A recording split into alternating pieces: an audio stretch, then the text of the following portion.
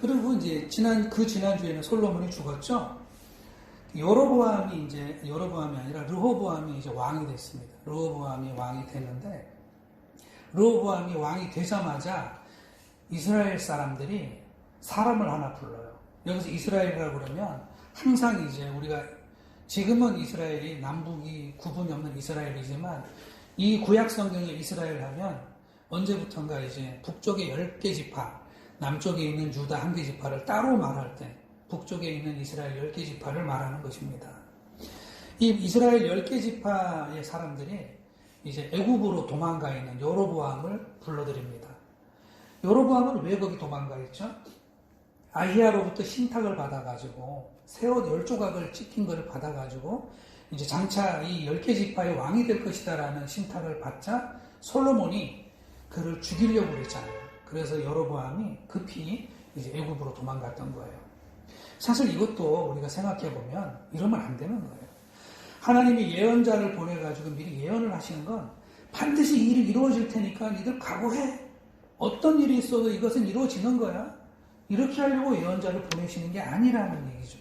그럼 하나님이 그렇게 하시면 되지. 굳이 예언자를 보내서 망할 거야 그렇게 하시겠어요? 듣고 돌이키라는 경고의 말씀이죠. 이대로 가다가는 이런 일이 벌어지니까.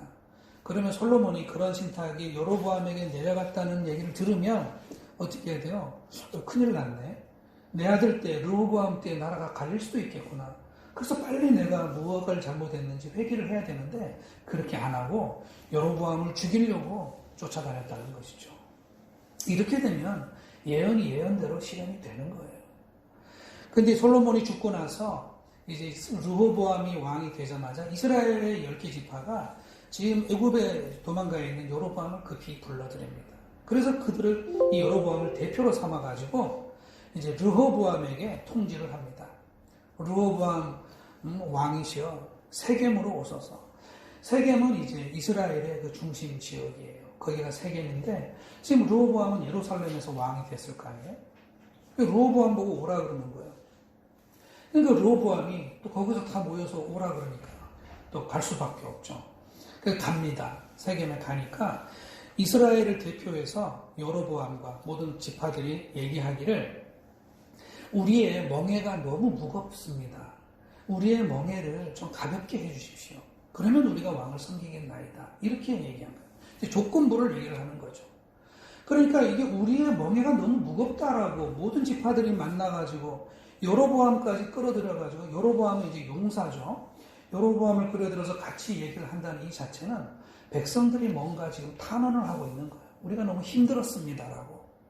그런데 이 말을 듣고 르호보암이 3일의 시간을 달라. 내가 3일 후에 너희들에게 다시 와가지고 내가 답변을 하겠노라. 그리고 이제 돌아간 거예요. 그런데 가만히 생각해보면 르호보암이 지금 백성들이 이렇게 말하는 것을 들었으면 백성들이 굉장히 힘들었나 보구나를 생각하고 그 마음을 경청하고 받아들이려는 자세가 있었으면 이렇게 3일 후에 내가 다시 오겠다라고 물러나지 않았을 것 같아요. 그렇죠? 뭔가 지금 이 상황이 불편하고 섣불리 내가 답변을 할 수 없는 상황이다라는 걸 알았으니까 지금 되돌아가는 거죠. 상황은 지금 백성들이 힘들다라고 탄원을 하고 있는 상황인데 그래서 르호보암은 그 길로 예루살렘에 돌아와가지고 이제 사람들한테 물어봅니다. 첫 번째 물어본 사람들은 나이든 신하들이에요. 솔로몬 때부터 그 왕을 섬겼던 나이든 신하들이 궁중에 있는데 이 신하들을 모아서 물어봅니다. 백성들이 이렇게 얘기하는데 어떻게 하면 좋겠습니까? 그랬더니 이 나이든 신하들이 다 한 목소리로 뭐라고 하냐면 왕은 백성을 섬기소서. 그리하면 그들이 영원히 왕의 백성이 될 줄 아나이다. 라고 얘기를 하는 것이죠. 그러면 이 노인들도 이 지금 백성들의 요구가 부당하거나 잘못된 요구가 아니다라는 것을 지금 얘기를 해주고 있는 거잖아요. 백성들의 심정이 충분히 이해가 간다는 얘기잖아요. 그럼 그 얘기는 뭐냐면 솔로몬 왕국의 뒷부분에 오면은 백성들이 많이 힘들었다는 걸 우리가 알 수가 있어요. 하나님이 부와 명예와 영광을 정말 전무후무하게 약속을 하셨는데 하나님이 그 약속을 하실 때 백성들의 고열을 쥐어짜서 백성들을 노동을 많이 시키고 또 세금도 많이 걷어서 이렇게 하라고 하나님께서 그렇게 하셨을 리가 없지 않습니까? 하나님은 이스라엘을 위하여 왕을 세우시는 분인데, 그럼 이건 뭐냐면 어느 순간부터 솔로몬이 이제 한도를 초과하는 거죠. 백성들을 힘들게 할 만큼 계속적인 어떤 확장, 건설, 금모으기 이런 걸 한단 말이에요. 그러면 이때부터는 이제 이게 죄가 되는 거죠.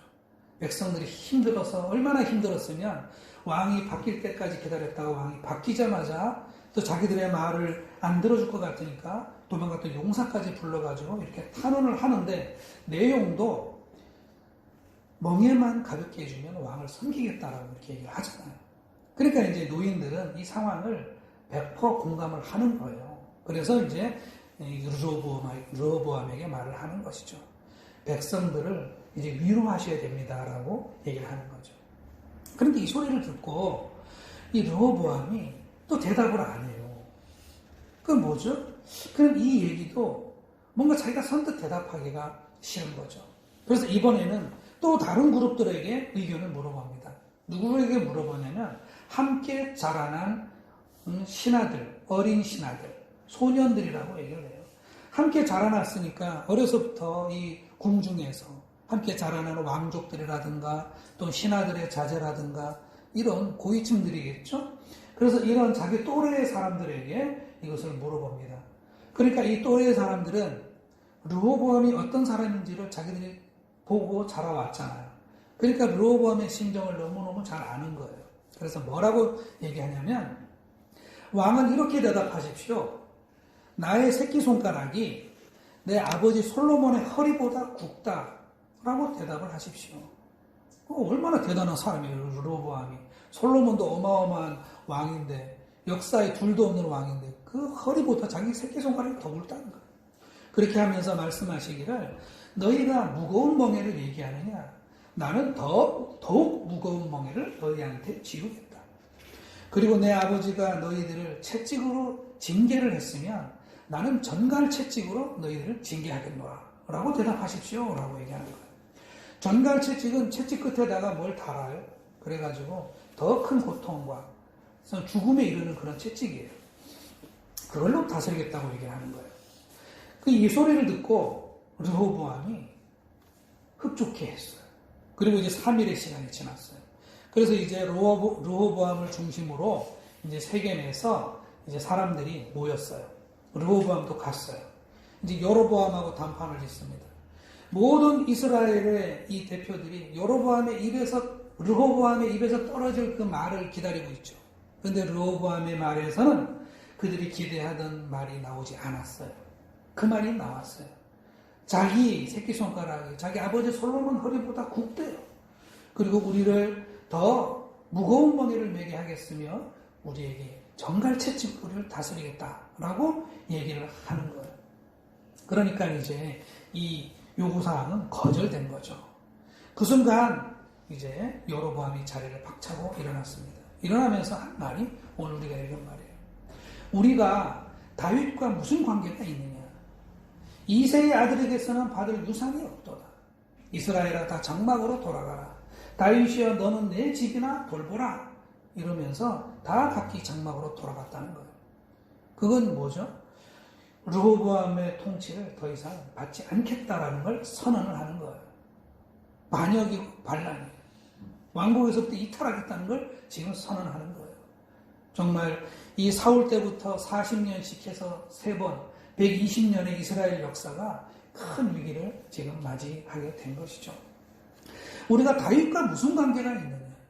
다윗과 무슨 관계가 있느냐? 아니 다윗의 왕가는 왕이고 우리는 백성이잖아요. 이제는 그게 무슨 관계가 있냐라고 말하는 거예요. 다윗의 언약이 있어서 하나님께서 너희들의 집안을 영원한 왕조를 약속하셨던들 그게 우리와 무슨 관계가 있느냐? 우리는 이새의 아들에게서 받을 유산이 없다. 이새의 아들이라고 말하는 것은 다윗을 갖다가 아주 낮춰 부르는 거예요. 그래서 왕이라고도 안 부르고 이새의 아들이라고 부르잖아요. 받을 유산이 없다. 그러니까 이제 그 가문 전체를 다윗을 통칭해서 부르는 거예요. 이제 그렇게 얘기를 하는 거예요. 받을 유산이 없잖아요. 돌아오는 게 아무것도 없잖아요. 그러니까 그렇게 말하면서 너는 네 집이나 돌보라. 네 집은 뭐예요? 유다 지파를 말하는 거예요. 유다 지파만 남고 우리는 다 갈 길로 가겠다 그러면서 각기 자기 장막으로 다 돌아갔다라고 얘기하는 거죠. 다 따로 살겠다는 거예요. 그렇게 선포를 했어요. 그러자 이제 르호보암이 자기가 왕이잖아요. 이렇게 내버려둘 수가 없잖아요. 그래가지고 말 그대로 전갈채찍으로 다스리고 싶었겠죠. 사람을 파견하는데 근로 감독관을 보내는 거예요.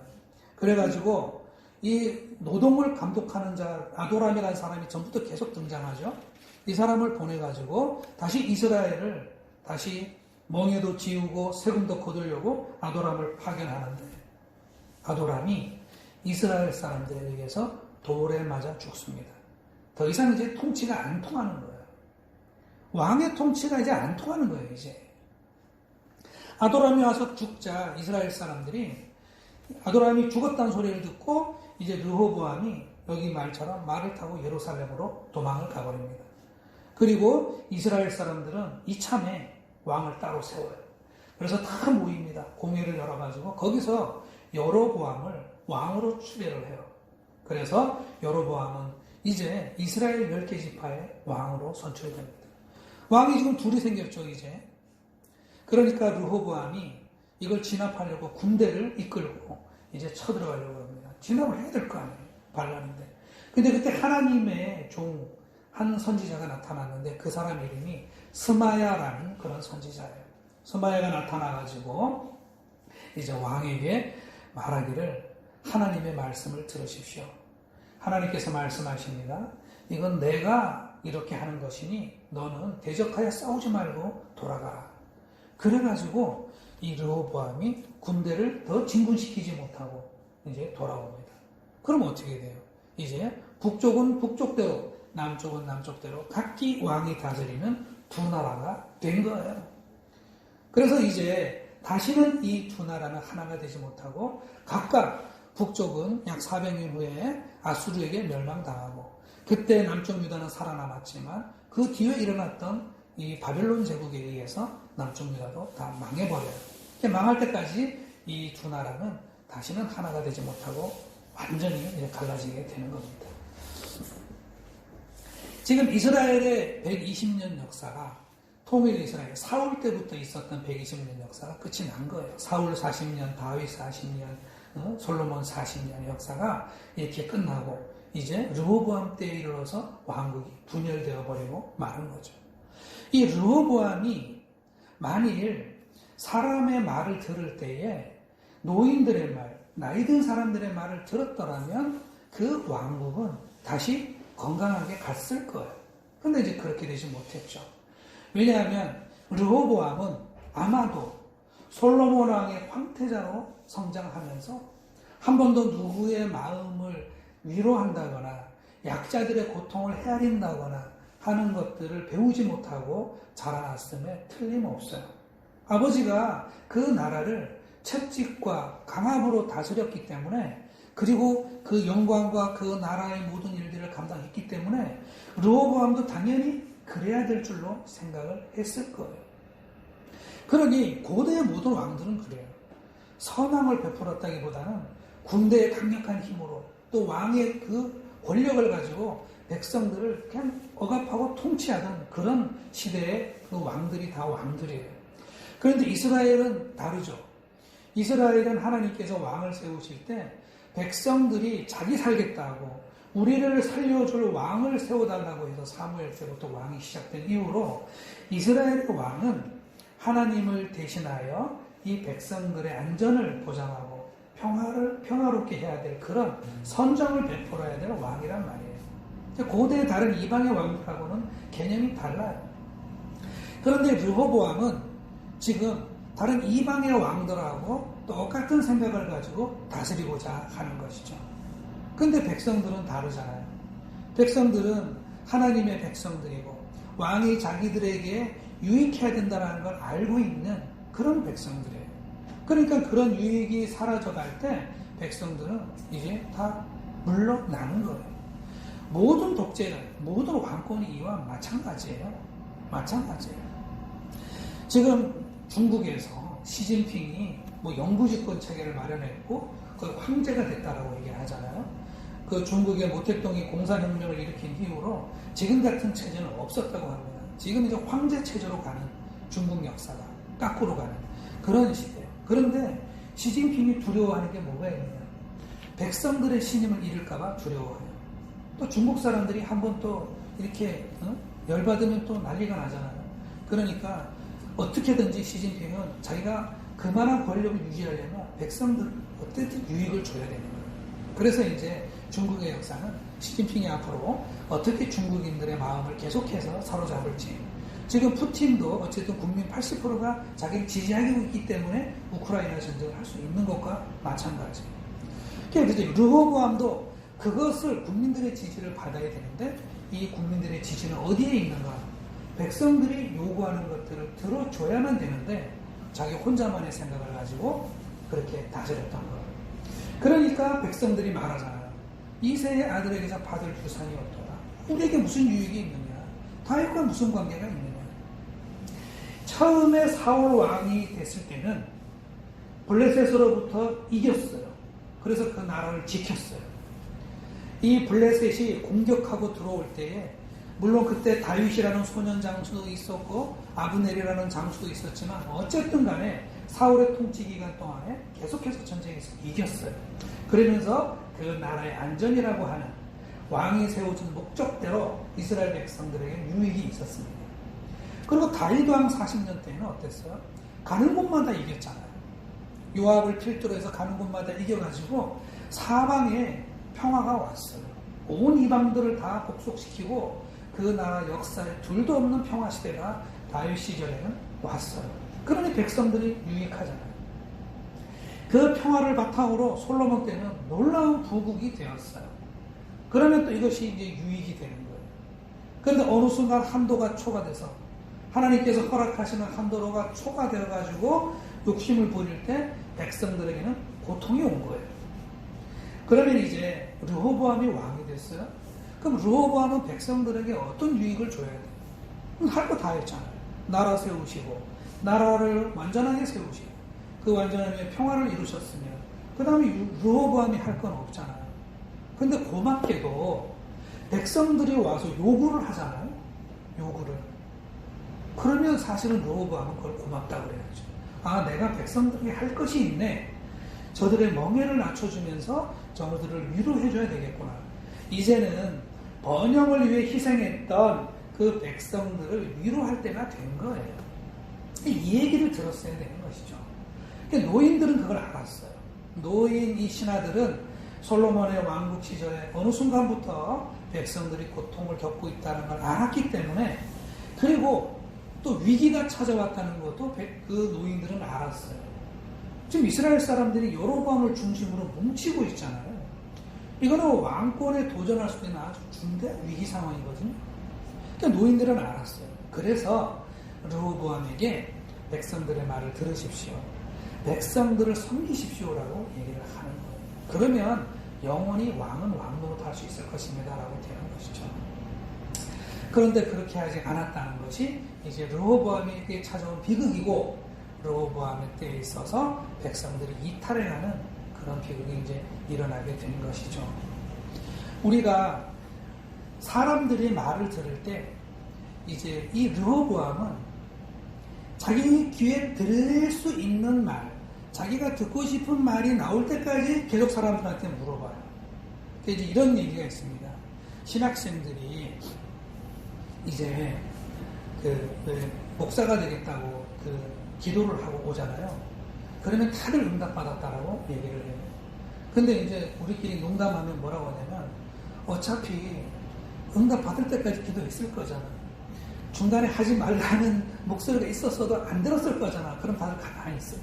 그러니까 뭔가 자기가 긍정적인 답변이 자기가 원하는 대답이 나올 때까지 계속해서 기도를 하고 다른 말이 들리는 것들은 다 외면을 하는 거예요.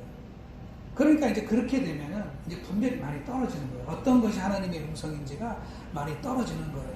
그래가지고 이제 그 부분 가지고 분별에 대한 이야기들이 또 오가고 말지 이런 게 있습니다. 그렇듯이 르호보암도 그랬던 거예요. 자기가 정말 마음에 흡족한 대답이 따로 있는 거예요. 답이 정해져 있는 거예요. 답정. 그래서 그 소리를 그 소년들이 정확하게 알고 그 얘기를 해준 거예요. 약한 모습 보이면 안 됩니다. 지금 더 큰 나라, 더 위대한 나라를 이제 건설해야 될 때인데, 아니, 백성들이 이제 일 덜 하겠다 그러고, 세금 덜 내겠다 그러면, 어떻게 하겠습니까? 라고 얘기를 하는 거죠. 그 소리가 얼마나 옳게 들리겠어요. 그러니까 르호보암의 야망과 르호보암이 가지고 있는 어떤 왕으로서의, 새로운 왕으로서의 부담감, 이런 것들을 정확하게 소년들이 알고 그 얘기를 이제 해주는 거예요. 자, 그래서 왕으로서 줄 수 있는 유익이 분명히 있음에도 불구하고 자기가 듣고 싶었던 얘기는 따로 있었는데 그 듣고 싶었던 얘기가 백성들에게는 고통을 가중시키는 거란 말이에요. 그래서 그거를 갖다가 그 소리를 들은 거예요. 그러니 우리가 이런 생각을 할 수 있습니다. 지금 한 나라가 뺏기고 있는 상황, 이 상황이 어떻게 지금 초래가 됐는가? 이스라엘이 지금 이렇게 되면 이제 멸망의 길로 가는 것이거든요. 아히야의 예언이 정말로 실현이 되고 있는 이 상황, 이것은 르호보암이 그 아버지처럼 솔로몬이 왕정 초기에는 뭐라 그랬어요? 저에게 듣는 마음을 주소서 그랬잖아요.